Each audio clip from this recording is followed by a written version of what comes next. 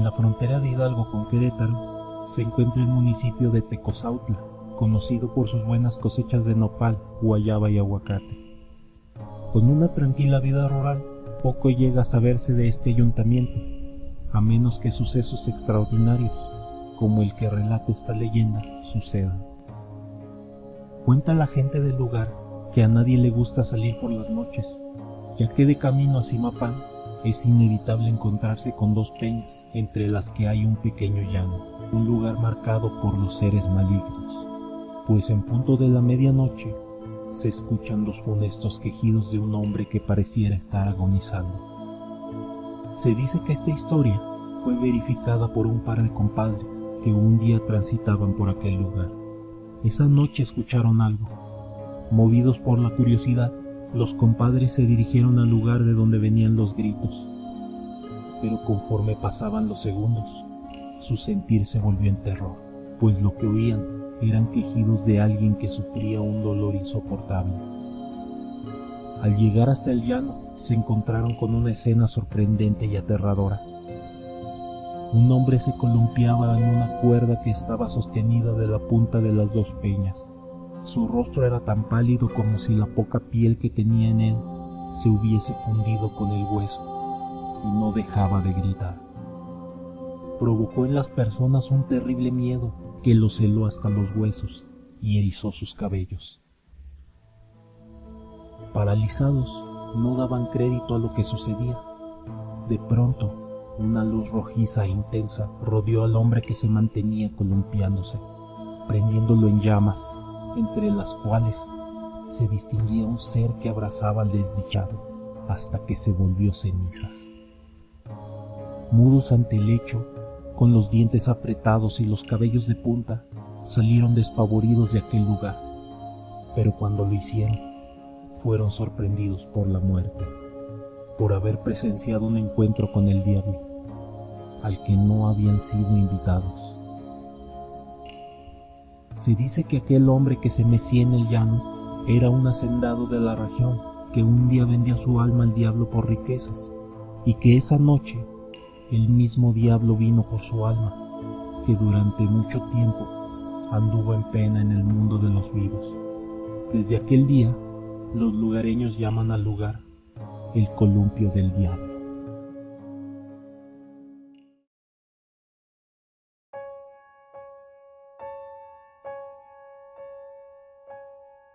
Dos guardias realizaban su ronda nocturna, acompañados de la tenue luz de unas linternas que se perdía en el inmenso edificio desierto.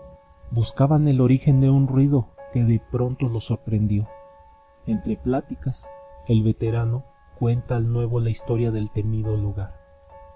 Le informa que ya han sido 6 compañeros que se han dado de baja por la depresión. Algunos de los guardias anteriores afirmaban que se oían ruidos todas las noches. Parecían los lamentos de un hombre, y que en otras ocasiones había un triste silbido, pero nada tan horrendo como sentir la respiración de una persona en el oído, hasta el grado de percibir la tibieza de su aliento.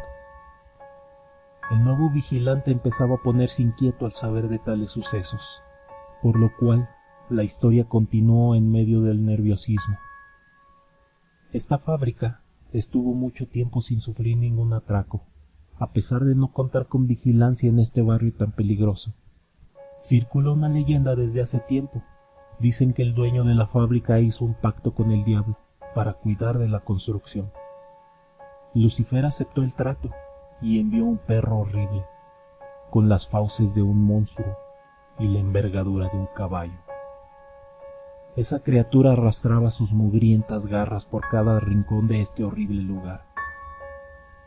A cambio, el demonio exigió el alma de un vigilante al año. Cada 12 meses, el propietario de la fábrica contrataba a un guardia nocturno, y a los pocos días lo encontraban muerto. Lo bueno es que ya no tiene el mismo dueño, según me dijeron, agregó el joven guardia. Por eso hace 2 años que no encuentran el cadáver de ninguno de nosotros, pero los ruidos extraños no han parado.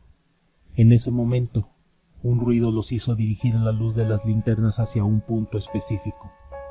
El guardia más familiarizado con el lugar se acercó para buscar su origen, sin poder encontrar nada. Cuando llamó a su compañero, este no respondía. Al regresar al último lugar donde estuvieron juntos, se distinguía un bulto en el suelo. El guardia se acercó y vio a su compañero tirado. Le tomó la muñeca para comprobar el pulso, pero ya estaba muerto.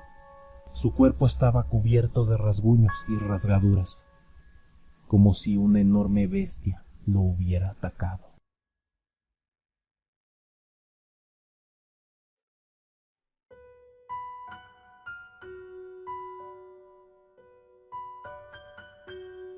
Se cuenta que ubicado en la avenida López Mateos del estado de Aguascalientes, México, hay un edificio de oficinas donde habitualmente algunos empleados salen un poco más tarde de lo acostumbrado. En esa ocasión, una chica había abordado el ascensor y un hombre, apresurándose a poca distancia, le pidió que esperara por él. Amablemente, la chica se paró entre las puertas para evitar que éstas se cerraran. El hombre abordó y mientras se daban las buenas noches, notaron que el ascensor subía.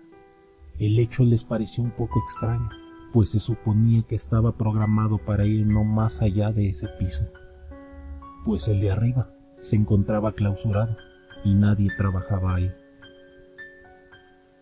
El ascensor se detuvo en el cuarto piso, pero las puertas no se abrieron, por lo que pensaron que había sido un fallo temporal, pero alcanzaron a escuchar las risas de un niño, mismo que jugaba con una pelota. Sin darles tiempo de pensar nada, el elevador bajó. Al salir, vieron al velador y le comentaron lo sucedido. El hombre muy tranquilamente les dice que también lo ha escuchado, que se trata del espíritu de un niño que falleció ahí años atrás. Cuando su pelota fue a parar al cuarto piso, el chico fue por ella, y al ver que se acercaba un guardia, se escondió para hacerle una broma. Pero al momento que el niño salió gritando, el guardia le disparó pensando que era un ladrón. Desde entonces, el niño juega tranquilamente en el cuarto piso. Quien se queda hasta tarde puede escuchar las risas, los pasos y los golpes de la pelota contra el piso. Otros sin tanta suerte han visto la pelota bajar por la escalera cuando al niño se le cae desde el piso de arriba. Esta tiene marcadas con quemaduras las pequeñas manos del niño. Después de esto, la gente renuncia a su empleo, pues se sabe que detrás de una pelota siempre viene un niño y no les gustaría toparse con el pequeño fallecido.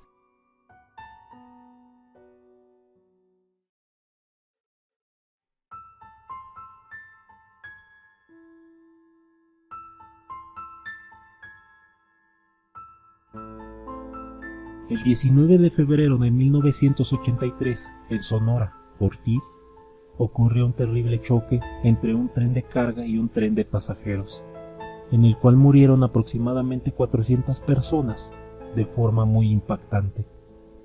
Muchos cuerpos quedaron calcinados, destrozados, y otros tantos destazados.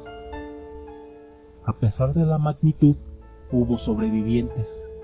Desde entonces las almas de las personas que murieron ese día quedaron atrapadas en el lugar, principalmente por la terrible forma en que fallecieron, dejando impregnado en el ambiente un profundo dolor y tristeza que afecta a cualquiera que pase por las vías, dejando también presenciar las apariciones de sus espíritus, que piden ayuda en todo momento, pues muchos de ellos ni siquiera se dieron cuenta de que habían muerto por lo repentino del encuentro entre los dos trenes. La investigación sobre el suceso arrojó que tal accidente se debió a un error humano, y se cree que muchas de estas almas no descansarán hasta tener justicia, y el culpable les acompañe en el más allá. Aparte de presenciar los encuentros, hay quienes han podido sacar fotografías y videos, en los cuales los fantasmas siempre se presentan de la misma manera, con un rostro invadido completamente por el dolor. Curiosamente, La temperatura de la zona específica del choque es más baja que la de sus alrededores, y en ciertas ocasiones las vías se iluminan y tiemblan como si un tren circulara en ellas. Hay quienes aseguran haberlo visto pasar, pero esas vías no han sido utilizadas después de aquel triste suceso. Si alguien se atreve a comprobar por sí mismo la presencia de estas almas, no necesita más que una vela encendida y sentarse a esperar el desfile de las sufridas almas que se han cansado de penar y buscan la luz que los lleve por fin al descanso eterno.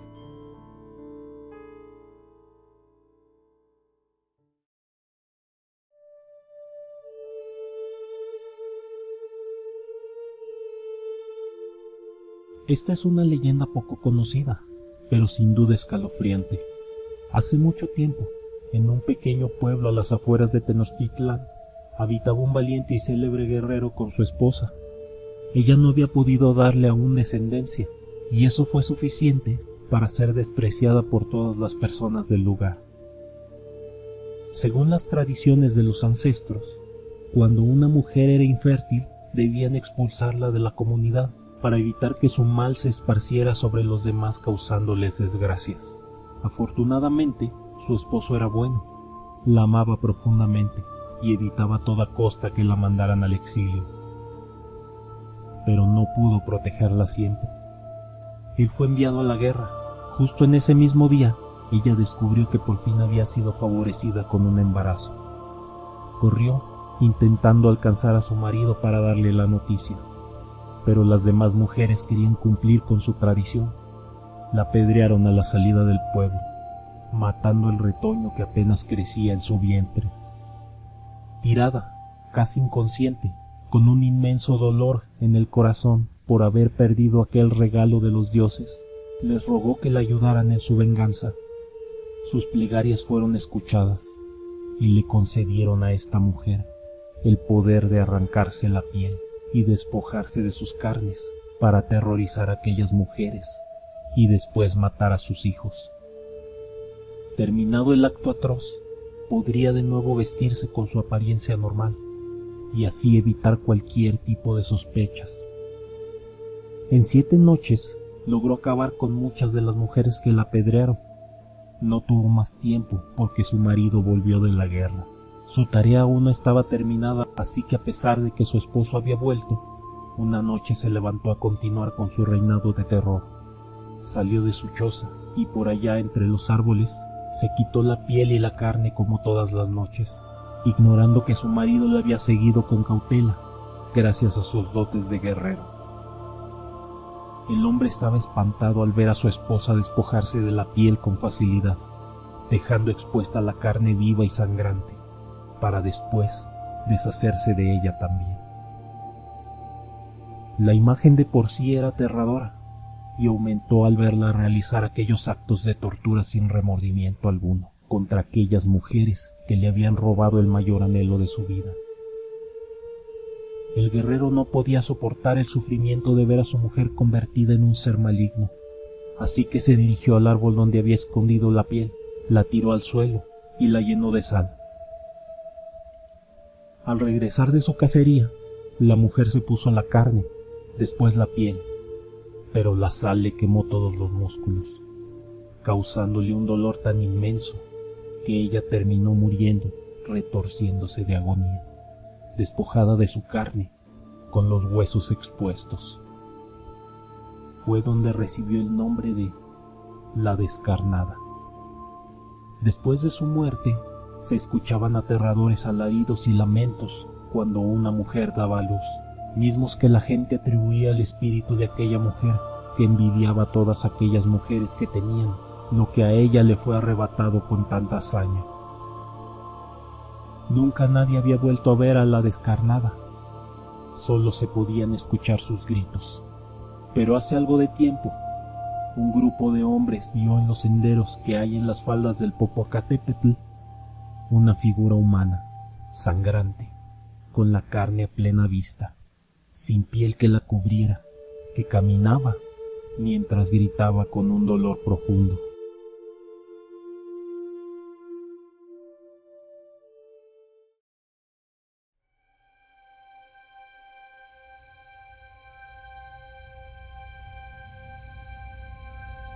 Cuenta la historia que un día Juan se encontraba caminando por ahí, pateando todo a su paso, desquitando su enojo por un mal día con cualquier cosa que se le cruzara en el camino, cuando pasó cerca de un panteón.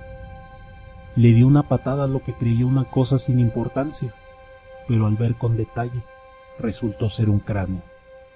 El hombre, muy preocupado por su falta de respeto, levanta el cráneo, lo limpia con detalle y le habla para pedir disculpas, estableciendo un interesante monólogo dirigido a la calavera. Mira dónde andas, tan lejos del panteón y rodando sin tu cuerpo, pero no te preocupes, ahorita te llevo para allá. Estando en el panteón, ya casi a la vuelta de la esquina, no le costó trabajo llegar ahí, entrar y depositar el cráneo en una grieta que encontró en una tumba.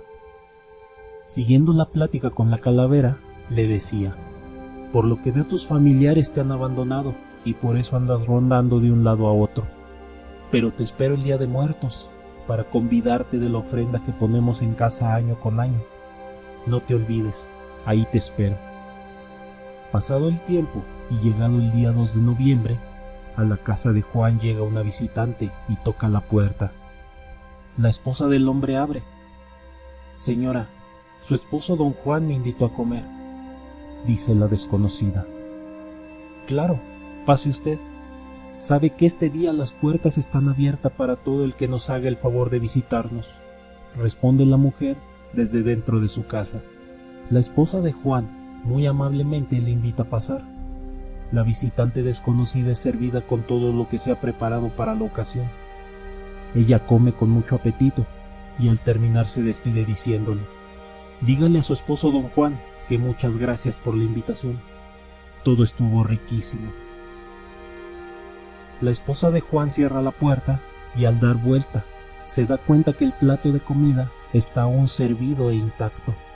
Sale corriendo y puede ver que a corta distancia la señora que había llegado a visitarlos se desvanece. Cuando le cuenta a Juan lo sucedido, este le comenta la falta que había cometido al patear aquel cráneo y que le daba gusto que la dueña hubiera aceptado sus disculpas y se presentara a comer ese día.